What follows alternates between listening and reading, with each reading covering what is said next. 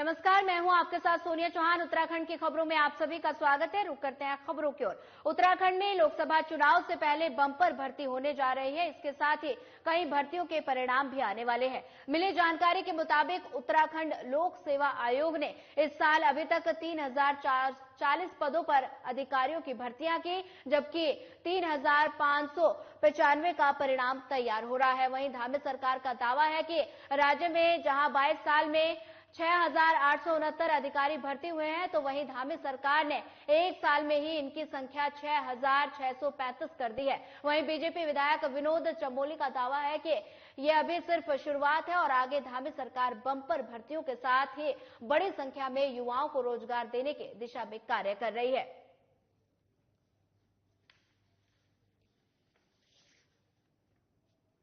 देख रहे हैं, हम लोग लगातार सरकारी नौकरियों में भर्ती की प्रक्रिया चलाए हुए हैं। अभी भी हमने 1300 लोगों को, जिनमें से 200 लोगों को हमने नियुक्ति पत्र नर्सिंग के दिए हैं और लगातार काम हो रहा है। इसके साथ साथ जो इन्वेस्टर समिट हुआ, यह अपने आप में एक बहुत बड़ी उपलब्धि हमारी रही है और बहुत सक्सेसफुल समिट हमारा रहा, जिसमें लगभग 3.5 लाख करोड़ का एमओयू साइन हुए हैं, जिसमें से लगभग 45 लाख करोड़ के एमओयू तो धरातल पर उतरने शुरू हो गए, 45,000 करोड़ के, तो उसको वो आगे बढ़ेगा। तो मेरा मानना, अगर हम 1.5 लाख करोड़ भी इन्वेस्टमेंट यहाँ ले आते हैं तो ये रोजगार की दृष्टि से हमारी एक बहुत बड़ी उपलब्धि होगी, क्योंकि इससे रोजगार जनरेट होगा। तो कहीं ना कहीं हम लोग उस ओर आगे बढ़ रहे हैं। और आप देखेंगे, अभी तो हमने जो हमारा एम्प्लॉयमेंट ऑफिस था, इसको हमने एक एम्प्लॉयमेंट एक्सचेंज टाइप का बना दिया है और पूरी दुनिया में कहां मैन पावर की आवश्यकता है, हम पूरे वर्ल्ड वाइड उसका इस्तेमाल करने वाले अपने बच्चों को नौकरी दिलाने के लिए। इतना बड़ा कदम कभी उठा था क्या? ये हमने उठाया, इस पर हम लोग काम कर रहे हैं। हमने तमाम रोजगार मेले लगाए, उसके माध्यम से हमने लोगों को रोजगार दिया। और विधानसभा के अंदर एक बार सवाल आया था, मूल निवास भू कानून समन्वय संघर्ष समिति के सदस्यों ने लोक गायक नरेंद्र सिंह नेगी से मुलाकात कर 24 दिसंबर को हुए सफल महारैली के लिए आभार जताया। सदस्यों ने देहरादून स्थित उनके आवास पहुंचकर उनसे मुलाकात की। वहीं सदस्यों ने 24 दिसंबर को हुई महारैली की सफलता का श्रेय नेगी को देते हुए उनसे भविष्य में मार्गदर्शन देने की अपील भी की। और इसको लेकर नरेंद्र सिंह नेगी ने संघर्ष समिति के सदस्यों का उत्साह बढ़ाया और सराहना की, और साथ ही कहा कि प्रदेश के लोगों में अपने हक को लेकर जागरूकता देखी जा रही है और आगे चलकर बड़ा आंदोलन में बदल हो सकता है और ये संघर्ष रुकना नहीं चाहिए। वहीं इस मौके पर प्रांजल नोडियाल, वंदना रावत आदि मौजूद रहे। आज नेगीदा के घर पे आए हैं। मूल निवास भू कानून समन्वय संघर्ष समिति की पूरी टीम यहाँ पर पहुंची हुई है। नेगीदा ने एक धय लगाई और 24 दिसंबर को पहाड़ के कोने कोने से, गांव-गांव से लोग सड़कों पर उतर आए अपने स्वाभिमान, अपनी संस्कृति, अपने आत्मसम्मान को बचाने के लिए। तो नेगीदा के आशीर्वाद से, नेगीदा हमारे प्रेरणा है, हमारे अभिभावक हैं। उन्होंने जो एक आह्वान किया, उसके बाद लोगों के अंदर जागरूकता आई। तो हम कोशिश करेंगे कि नेगीदा का जो भरोसा हमारे ऊपर बना है, हम उसको टूटने नहीं देंगे। और जो मुहिम ये शुरू हुई है, इसको मुकाम तक पहुंचाने के लिए हम हर संभव प्रयास करेंगे। तो हम आज नेगीदा का विशेष तौर पे धन्यवाद ज्ञापित करने के लिए यहाँ पर आए हैं और हम उनसे उम्मीद कर रहे हैं कि आपका जो आशीर्वाद है वो सदैव हमारे ऊपर बने रहे, क्योंकि हम आपके बच्चे के समान हम लोग। और हमने एक कोशिश कर रहे हैं कि उत्तराखंड की जो हालात पैदा हो गए हैं, इसमें कुछ ना कुछ तो बदलाव होना चाहिए। भू माफिया इस प्रदेश में आ गए हैं, हमारी सांस्कृतिक पहचान का खतरा हो गया है, हमारे लोगों को नौकरियां नहीं मिल रही हैं, तो बहुत सारे संकट हो गए हैं। तो ये जो ये मुहिम शुरू हुई है, इसको हम अंजाम तक पहुंचाना चाहते हैं। तो नेगीदा का आशीर्वाद हम चाहेंगे हमेशा हमारे ऊपर बना रहे, ताकि ये लड़ाई आगे भी निरंतर जारी रहे। मैं नेगीदा का विशेष तौर पर धन्यवाद करता हूँ पूरी टीम की ओर से।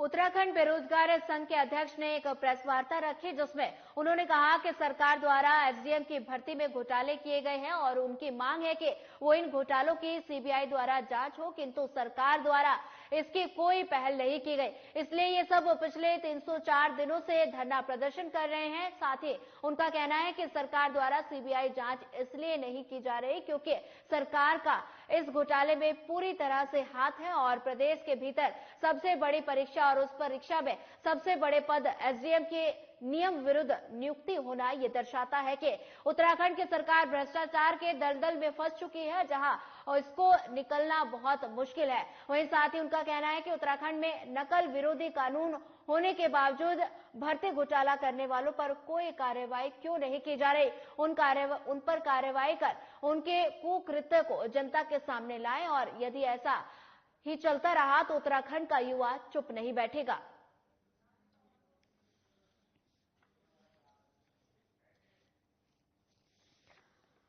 बता दें कि उत्तराखंड बेरोजगार संघ के अध्यक्ष ने एक प्रेस वार्ता रखी, जिसमें उन्होंने कहा कि सरकार द्वारा एसडीएम के भर्ती घोटाले किए गए हैं और उनकी मांग है कि इन घोटालों के सीबीआई द्वारा जांच हो, किंतु सरकार द्वारा इसकी कोई पहल नहीं की गई। इसलिए सब पिछले 304 दिनों से धरना प्रदर्शन कर रहे हैं। साथ ही उनका कहना है कि सरकार द्वारा सीबीआई जांच इसलिए नहीं की जा रही क्योंकि सरकार का इस घोटाले में पूरी तरह से हाथ है और प्रदेश के भीतर सबसे बड़ी परीक्षा और उस परीक्षा में सबसे बड़े पद पर एसडीएम के नियम विरोधी नियुक्तियां होना ये दर्शाता है कि उत्तराखंड की सरकार भ्रष्टाचार के दलदल में फंस चुकी है, यहां तक कि उनसे निकलना मुश्किल है। और वहीं साथ ही उनका कहना है कि उत्तराखंड में नकेल विरोधी कानून होने के बावजूद भर्ती घोटाला करने वालों पर कोई कार्रवाई क्यों नहीं की जा रही।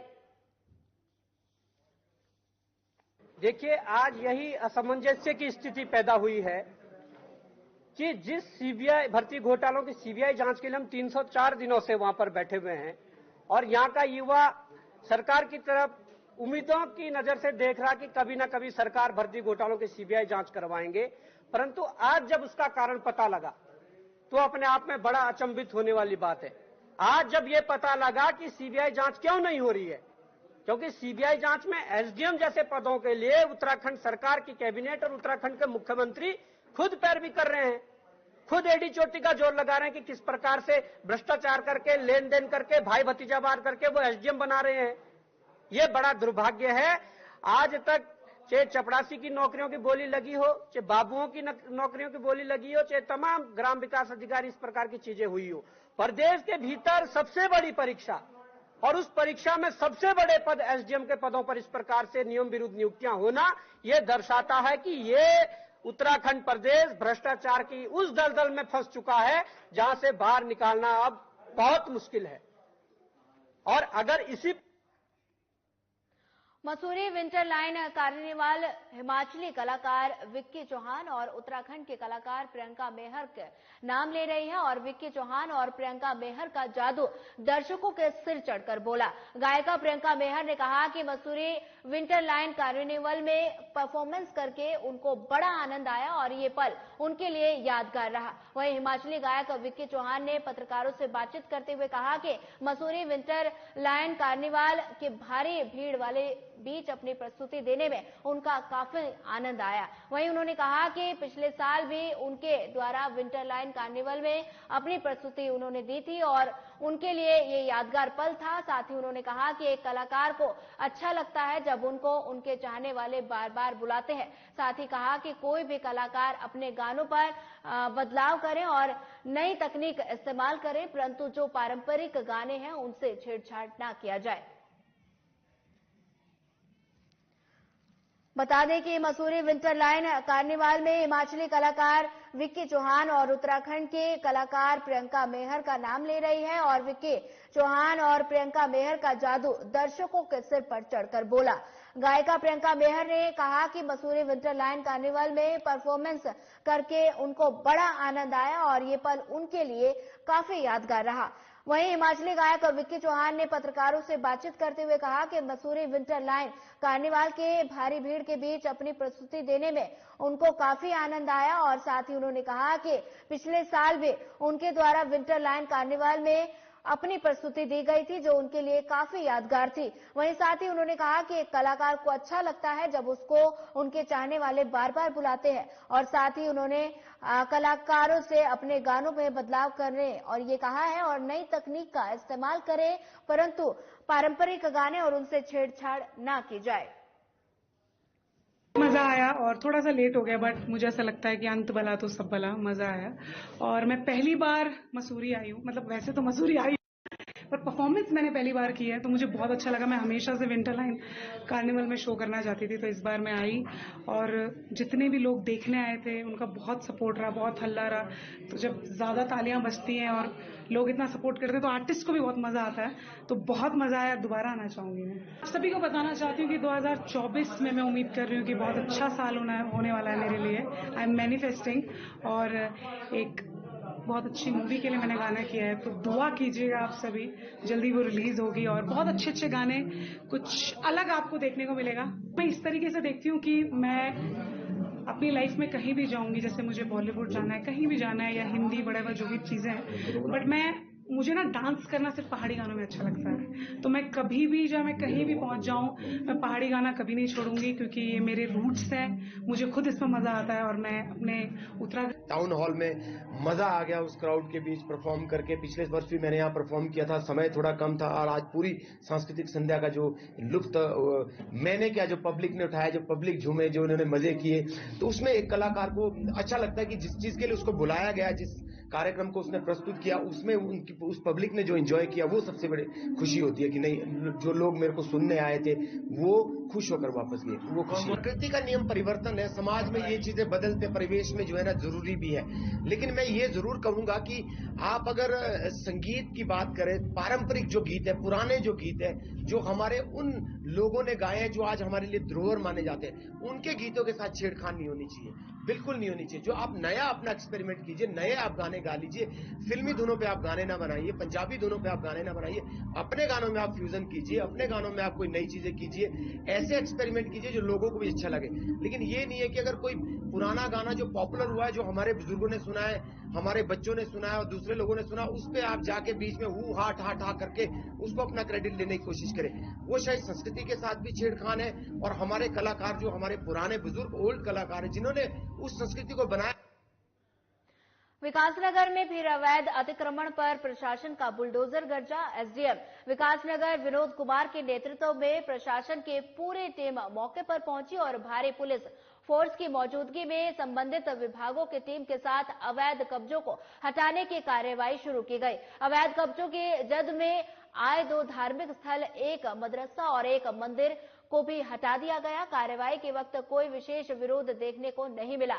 वहीं कुछ जनप्रतिनिधियों ने दबे स्वर में ही सही कहा कि 40 सालों से बसे लोगों को सरकार हटाने का काम कर रही है। वहीं दुकानदारों पर भी दुकान टूटने के कारण भरण पोषण का संकट आ गया। वहीं कार्रवाई के पहले सरकार को इनके बारे में जरूर सोचना चाहिए था। विकासनगर में फिर अवैध अतिक्रमण पर प्रशासन का बुलडोजर गरजा। एसडीएम विकासनगर विनोद कुमार के नेतृत्व में प्रशासन की पूरी टीम मौके पर पहुंची और भारी पुलिस फोर्स की मौजूदगी में संबंधित विभागों की टीम के साथ अवैध कब्जों को हटाने की कार्रवाई शुरू की गई। अवैध कब्जों की जद में आए 2 धार्मिक स्थल, एक मदरसा और एक मंदिर को भी हटा दिया गया। कार्रवाई के वक्त कोई विशेष विरोध देखने को नहीं मिला। वहीं कुछ जनप्रतिनिधियों ने दबे स्वर में ही कहा कि 40 सालों से बस से लोगों को सरकार हटाने का काम कर रही है। यूजीवीएन ने अभी तक इस जगह के बारे में कभी पहले क्लियर किया नहीं, भाई ये हमारी है ना, अभी कुछ दिन से ये किया, और जबकि यूजीवीएन के किसी यूज में भी नहीं है। उनका कहना है कि हमारी 1 मीटर या 1.5 मीटर जगह बता रहे हैं और इसमें कोई प्रोजेक्ट भी यूजीवीएन का नहीं लगने वाला है। उनके किसी इस्तेमाल की जगह नहीं है। और ये जो दुकानदार है, इनका 30-40 उत्तराखंड जल विद्युत निगम को जो आवंटित भूमि है, उसको कुछ लोगों द्वारा अनाधिकृत रूप से कब्जा किया गया था। इसके क्रम में यूजीवीएनएल के द्वारा उनको नोटिस दिए गए हैं। नोटिस की अवधि समाप्त होने के बाद आज इनके द्वारा ये ध्वस्तीकरण का कार्य किया गया है। 2024 लोकसभा चुनाव की तैयारियां तेज हो गई हैं। एक बार फिर से उत्तराखंड के 5 सीटों पर हैट्रिक लगाने को लेकर बीजेपी हर स्तर पर तैयारियां कर रही है और यही वजह है कि अब प्रत्येक विधानसभा में पूर्णकालिक विस्तारों की नियुक्ति भी कर दी गई है। और इस संबंध में बीजेपी मीडिया प्रभारी मनवीर सिंह चौहान ने मीडिया से बातचीत करते हुए कहा कि प्रदेश के सभी लोकसभा क्षेत्रों में पहले ही विस्तारकों की नियुक्ति हो चुकी है और बूथ स्तर तक संगठन को मजबूत करने और संगठन का विस्तार करने के उद्देश्य से प्रदेश के सभी 70 विधानसभाओं में पूर्णकालिक विस्तारकों के नियुक्ति की गई। निश्चित ही विस्तारकों से आगामी चुनाव में पार्टी को मजबूती मिलेगी।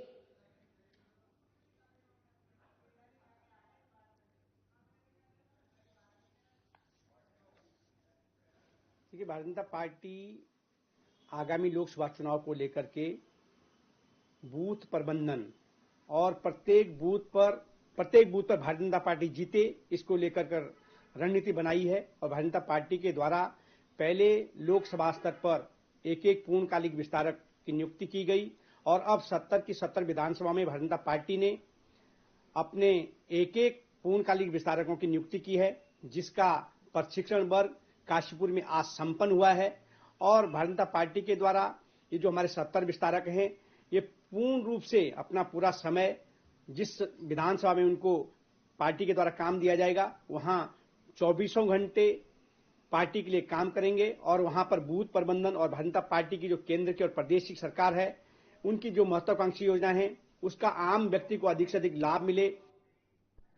उत्तरकाशी के पुरोला विधानसभा क्षेत्र से बीजेपी विधायक दुर्गेश लाल ने भेड़ पालकों से मुलाकात कर उनकी समस्याओं को जाना और निदान की बात कही। वहीं आपको बता दें कि पुरोला विधानसभा क्षेत्र में आय का मुख्य साधन बागवानी और पेड़ पालन है। पिछले दिनों क्षेत्र के भेड़ पालक अपनी भेड़ों को चराने के लिए देहरादून के रायपुर क्षेत्र आए थे। यहां पर उनके 300 से अधिक भेड़ों की किसी अज्ञात बीमारी के चलते मौत हो गई। गौरव की अक्सर परमिट लेकर उत्तरकाशी के भेड़ पालक देहरादून में अपनी भेड़ों को चराने के लिए आते रहते हैं। विधायक दुर्गेश लाल ने इस विषय को लेकर प्रदेश के पशुपालन मंत्री सौरभ बहुगुणा से मुलाकात की और आने वाले दिनों में वो मुख्यमंत्री पुष्कर सिंह धामी से मुलाकात कर उचित मुआवजा देने की मांग करेंगे।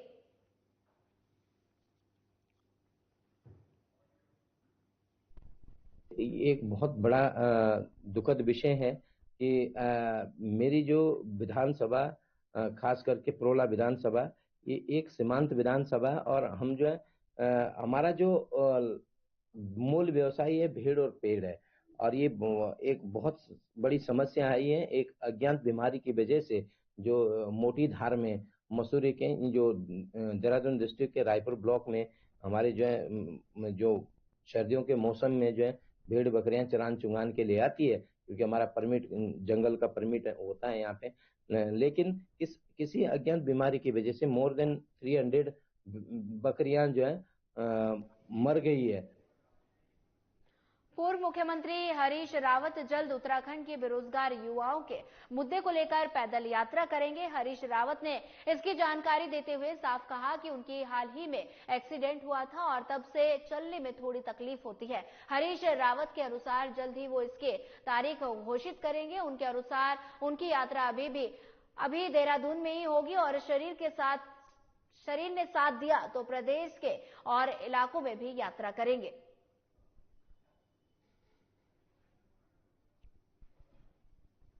दुर्घटनाग्रस्त हो गया था, तो इसलिए बहुत ज्यादा चलने और वर्क के लोड को लेने की स्थिति में अभी नहीं हूं, मगर समय हमारा इंतजार नहीं कर रहा है। बेरोजगारों का समय भी निकल रहा है, उनके कैरियर का सवाल है। कई परीक्षाएं जिसमें पीसीएस मेन भी है शायद, जिसमें एक साल से ज्यादा का समय अभी मुक्तेश्वर आनंद महाराज मुखी मठ पहुंचे, जहां लोगों ने उनका भव्य स्वागत किया। वहीं सभा को संबोधित करते हुए उन्होंने कहा कि 4 धाम बंद नहीं होते बल्कि कपाट बंद होने का भ्रम फैलाया जाता है, जबकि यात्रा पूरे वर्ष चलती रहती है। सिर्फ शीतकालीन में गंगोत्री धाम में बर्फ ज्यादा गिरने से 6 महीने के लिए मां गंगा के दर्शन शीतकाल प्रवास मुखी मठ में होते हैं और इसी तरह चारों धामों की यात्रा खुली है, लेकिन शीतकालीन प्रवास में भी दर्शन कर सकते हैं। इसी को लेकर अभी मुक्तेश्वर महाराज ने कहा कि हम मीडिया के माध्यम से देश विदेश में संदेश देना चाहते हैं कि आप 4 धाम यात्रा पर शीतकाल हो या चाहे भीष्मकाल, यात्रा खुली रहती है, कोई बाध्यता नहीं है।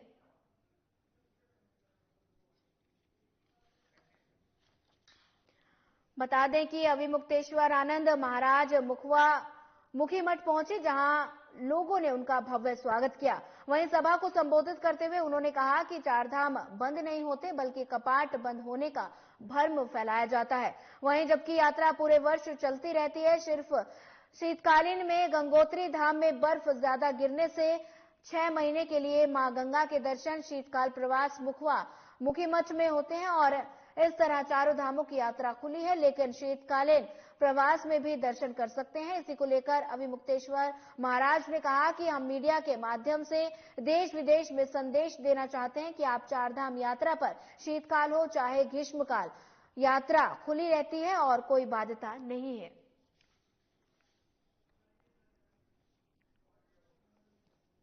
देनानी से तो बहुत ही अच्छा लग रहा है अपने गांव मुखवा में। अभी शीतकालीन गंगोत्री जैसे स्वामी जी ने इसको नाम दिया है, तो हमारा बहुत ही अच्छा भाग्य है जो यहाँ पे स्वामी जी आए हैं और उन्होंने हमको रास्ता दिखाया है कि और हमको कैसे इसको जैसे गंगोत्री में लोग आते हैं ऐसे इसको भी बनाना है। आज बहुत ही सौभाग्यशाली दिन है कि हमारे ज्योतिर्मठ के शंकराचार्य जी हैं यहाँ पधारे और शीतकालीन यात्रा की जो शुरुआत आज से की है। आप समझ लीजिए, महाराज जी ने कहा कि सनातन तो निरंतर है, हमेशा रहेगा और ये यात्रा हमेशा चलती रही है, लेकिन लोगों को सबको जागरूक करना है। और महाराज जी ने ये आज कदम उठाया। महाराज जी चारों धाम की यात्रा पे हैं और यहीं से पूजा आज हमने यमुनोत्री में कल की, आज गंगोत्री में आए हैं और यहाँ से पूजा अर्चना करके अब महाराज जी केदारनाथ की जो मुखीमठ जाएंगे। और सारे देशवासियों को सनातन को एक संदेश देना चाहते हैं कि आप आए और ये हमारी जो है शीतकालीन की गंगोत्री है, इसमें दर्शन करें। शहर में अक्सर आगजनी की घटना होने पर अग्निशमन पुलिस को घटना तक पहुंचने में समय लग जाता है, जिसका मुख्य कारण यातायात का अत्यधिक दबाव और फायर स्टेशन का दूर होना है। वहीं इसको लेकर डीजीपी अभिनव कुमार ने अग्निशमन को रैपिड रिस्पांस टाइम कम करने के निर्देश दिए। मुख्य अग्निशमन अधिकारी वीपी यादव ने कहा कि मुख्यालय के माध्यम से 4 फायर स्टेशनों का प्रस्ताव भेजा गया, क्योंकि अध्ययन में पाया गया कि अन्य जगहों पर रिस्पांस टाइम 15 मिनट है, जबकि देहरादून शहर में ये जाम की स्थिति के कारण 30 से 35 मिनट है।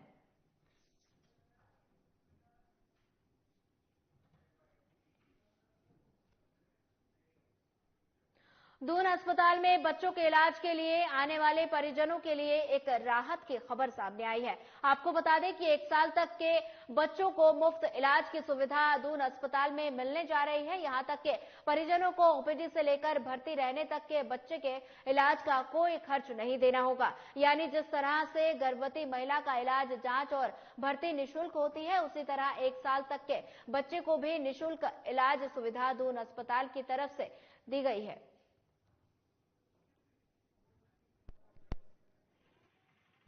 सरकार ने, हमारे उत्तराखंड सरकार ने 2 स्कीम इस तरीके की चलती है, जननी सुरक्षा योजना और एक विजा बुई, जिसके अंतर्गत 1 साल तक के बच्चों को निःशुल्क उपचार और जांचों और दवाइयों के लिए इंस्ट्रक्शंस है। और वो हमने अपने सभी डॉक्टर्स को जो बच्चे डील करते हैं उनको बता दिया गया है। और बिलिंग पर भी हम लोगों ने इस चीज़ के ऑर्डर दे रखे हैं कि आगे से कोई भी इस तरह का इसमें चार्जेस नहीं लगेंगे। और 1 साल तक के बच्चों का राज्य सरकार की तरफ से पूरी तरह निःशुल्क उपचार है। तो आप लोग के माध्यम से अपील है कि आप सभी लोग इस बारे में अवेयर रहें। फिलहाल इस बुलेटिन में इतना ही। ज्यादा खबरों के लिए बने रहिए हमारे साथ। नमस्कार।